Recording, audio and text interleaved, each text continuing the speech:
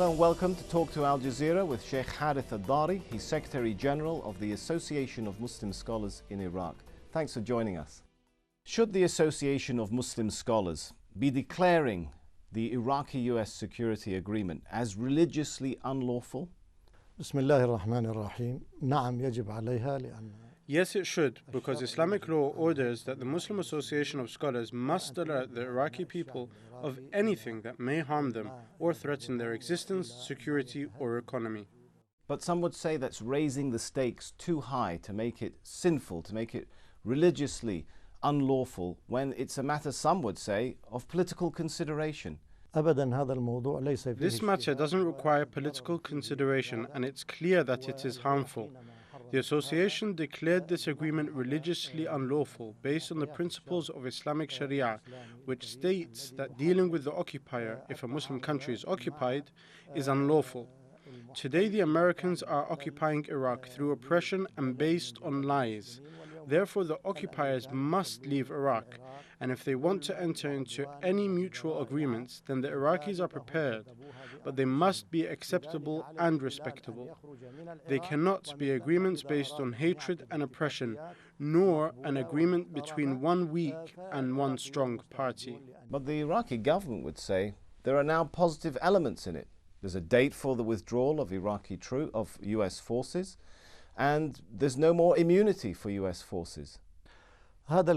This is elusive talk used in order to pass this agreement and to get it signed. All its articles are harmful to Iraq, politically, economically, culturally, and to its security. Are you saying that these points are not in the agreement? They are included, and there is a focus on them, but from the occupier's perspective. And it is a threat to the future of Iraq and the Iraqi people, because security will, in the future, be in the hands of the Americans, whether land, sea, or airspace. This date is not serious, and we can see that. Why? Because we want the complete withdrawal of the occupying forces from Iraq, whereas this agreement will officially enable them to stay for an unknown period through 50 or more military bases that they will remain in. Talk of a withdrawal is only used to manipulate the emotions of the Iraqi people, who have been calling for a withdrawal from the start of the occupation, and so that they can say to them that this agreement will expel the occupiers from Iraq, when the reality is the opposite. A few months ago, it seemed like the position of the Maliki government was a lot more precarious. Is he becoming more acceptable to the Iraqi people? And if so, why are you still so opposed to him? Al-Maliki becoming more acceptable could be a rumor, or maybe this is true for the people who are benefiting from him being in power. Iraq is still suffering from the many repercussions of the occupation and suffering at the hands of the consecutive governments, the latest being Al-Maliki's. Iraq is still marginalized. Iraq's security situation is still unstable. There are more than 7 million people who have emigrated from Iraq, including those who have not returned until now. There are 5 million orphans and 2 million widows. In the government prisons, Al-Maliki's government, there are more than 300,000 prisoners of war and detainees, and the numbers of detainees are increasing, not decreasing. 2 or 3 may be released, and then another 10 or 20 detained. There is also financial corruption affecting the state, which has crippled the Iraqi economy. 8 or 9 billion has disappeared since the first year of the occupation. Everybody denies any knowledge of this. Some accuse Bremer, the top US commander, and some accuse the government, and others accuse some of the mediators. This was then followed by the embezzlement of billions and the misuse of state funds. Today the Iraqi people are denied a lot.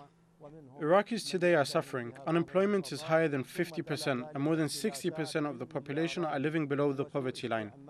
And that's how the leaders and ministers play with the billions.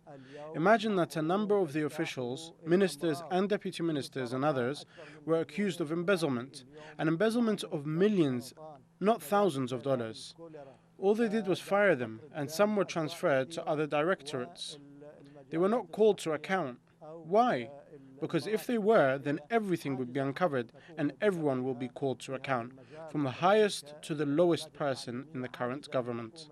The United States officially lists you as one of the top 5 most dangerous men to Iraq's stability. Are you a threat to Iraq? I don't think I pose a threat to the elements of security, neither in Iraq nor in the region. In fact, I work towards creating stability from the first day of the occupation. Myself and groups of other Iraqis stood against all the plots which failed to achieve a civil war.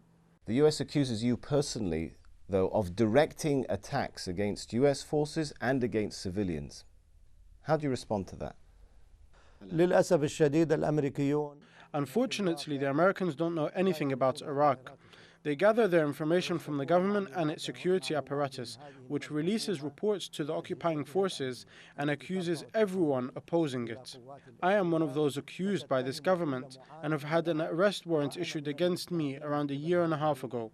All this information is coming from the government and from the governing forces and from those benefiting from the occupation. They do not want anyone to deny what they are saying or for anyone to advise them or oppose any of their harmful acts against the Iraqi people, against Iraq and its greater benefit. We advised the Americans more than 2 years ago, and the situation would not have reached the current situation had they taken our advice. And they wouldn't have lost neither the funds nor the forces that they did. And the Iraqis wouldn't have lost either through this failed war. We had sent our idea and project for a political solution in Iraq via some Arab countries. This plan was passed on to them, but they rejected it. They say that you ordered or you were involved in a plan to assassinate the US and British ambassadors in October 2006, that you personally ordered the capture of 4 foreign nationals in Iraq in December 2005. Why would they pin you personally to specific operations if you have nothing to do with any of the armed groups? And why now? These accusations were published on the websites and the media outlets of the forces opposing us. For more than 2 years now, I have been accused of these, and the US administration never paid any attention. So why now? When it failed and lost its game plan in Iraq, so why now? Anyway, these accusations are false, and there is no evidence to prove otherwise. Do you give orders to Al-Qaeda or Ansar al-Sunnah cells? The Americans, before anyone else, know that we have nothing to do with Al-Qaeda, nor with Ansar al-Sunnah. When my name was mentioned in a session held by the Ministry of Defense claiming that I support terrorism, a US general who has been working as an advisor in the Iraqi Ministry of Defense for the past year and a half said that we know Harith al Dhari and that he doesn't support terrorism. He supports the rebels. Do you condemn Al-Qaeda? Yes, I condemn many of their actions. So you're against the killing of civilians? I condemn many of their actions. Have Al-Qaeda been defeated in Iraq? What's your understanding of the situation? The official reports of the occupation forces state that Al-Qaeda has been defeated. Sometimes they say Al-Qaeda is still active. In my opinion, it has retreated and its activities decreased. I believe it has also decreased in number to around half of what it was. But it is still there and everyone knows this. The occupation, the government and others. With US casualties dropping, with attacks on US forces decreasing, reports that fighters are being told, no, go to Afghanistan, not to Iraq.